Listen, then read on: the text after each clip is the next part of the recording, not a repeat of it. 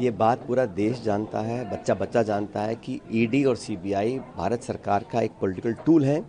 सोनिया गांधी जी की जो public life है और पब्लिक डोमेन में है, उन पे कोई एक उनकी छवि को धूमिल करने की एक नाकाम कोशिश है। इस केस में जो तथ्य हैं वो अदालत के सामने आएंगे और मुझे न्यायपालिका पे पूरा भरोसा है। राहुल गांधी जी को लोकसभा से बर्खास्त किया गया, लेकिन अंत में सुप्रीम कोर्ट ने न्याय दिया, इसमें भी मिलेगा।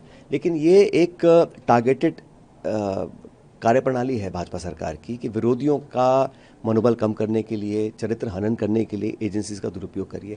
इस पूरे प्रकरण में जो मैं देख रहा हूँ अखबार टीवी में, कोई ट्रांजैक्शन, कोई पैसे का लेन देन, कोई मुनाफाखोरी, ये नेहरू जी ने 90 साल पहले को संस्था शुरू करी थी, उसको बढ़ाने के लिए अगर कोई काम कर रहा है उसमें कोई गलत नहीं है। फिर भी मैं मानता हूँ ये जो कार्रवाई की जा रही है ये सिर्फ और सिर्फ एक बदले की भावना से की जा रही है।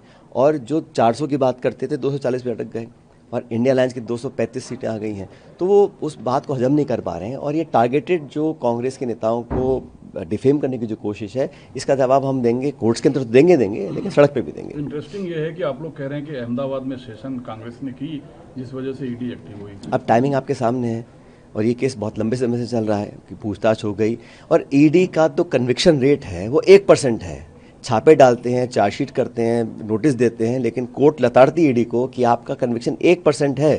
रिकॉर्डेड हिस्ट्री है, मैं अपने आप से नहीं कह रहा हूँ। तो ये तो सिर्फ पॉलिटिकली मोटिवेटेड होता है कि कैसे सुर्खियां में ध्यान डाइवर्ट करें।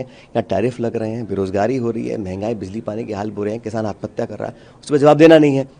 नेताओं को टारगेट करो, सुर्खियां बटोरो और ध्यान डाइवर्ट करो। लेकिन कांग्रेस जन जो है वो इसका जवाब देंगे न्यायपालिका के माध्यम से और सड़कों पर भी देंगे जवाब।